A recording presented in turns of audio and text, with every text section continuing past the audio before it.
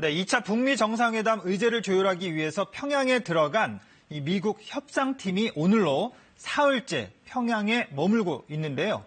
협상 내용에 대한 보안 문제 때문에 하루만 체류할 것이라는 예상을 깨고 이렇게 오래 평양에 있는 것 자체가 매우 이례적입니다. 자, 2차 회담 날짜도 정해졌기 때문에요. 협상에 성과를 내려는 의지가 미국과 북한 모두에게 있는 것으로 보입니다. 자, 현재 비건 대표는요, 워싱턴과 연락을 하면서 협상 내용을 조율하지는 않는 것으로 전해지고 있습니다. 자, 북한의 통신망을 이용하면 아무래도 협상 카드가 노출될 수밖에 없기 때문에 전권을 위임받아서 협상을 진행하고 있는 것으로 알려졌는데요. 자, 그러면 도대체 어떤 세부적인 안을 갖고 이렇게 며칠씩 치열하게 양측이 신경전을 벌이고 있는 걸까요?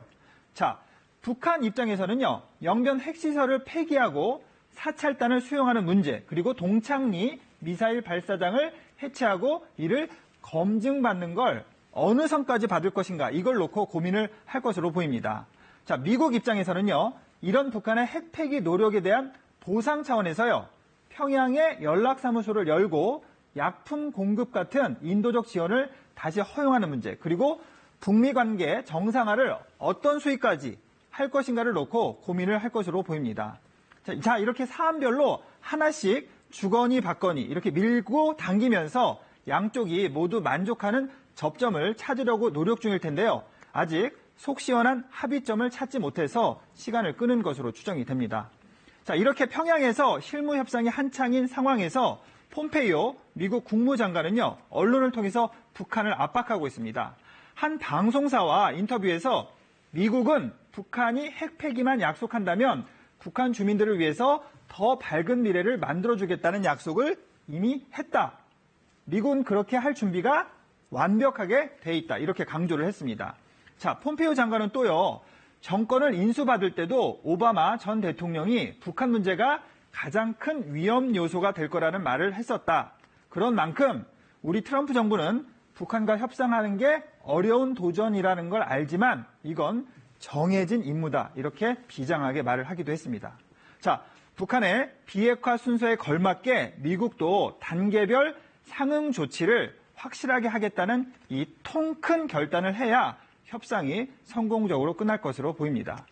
자, 평양 협상에서는요, 2차 회담을 할 베트남의 도시를 정하는 것도 협의 중인 것으로 전해졌는데요. 앞서 서지영 기자의 보도에서도 보셨듯이 베트남의 수도 하노이를 고집하는 북한은요, 김정은 위원장이 하노이에서 베트남 정상의 환대를 받은 뒤에 북미 정상회담까지 하게 된다면 정상국가 이미지를 극대화할 수 있다는 계산이 깔려 있는 것으로 풀이가 됩니다.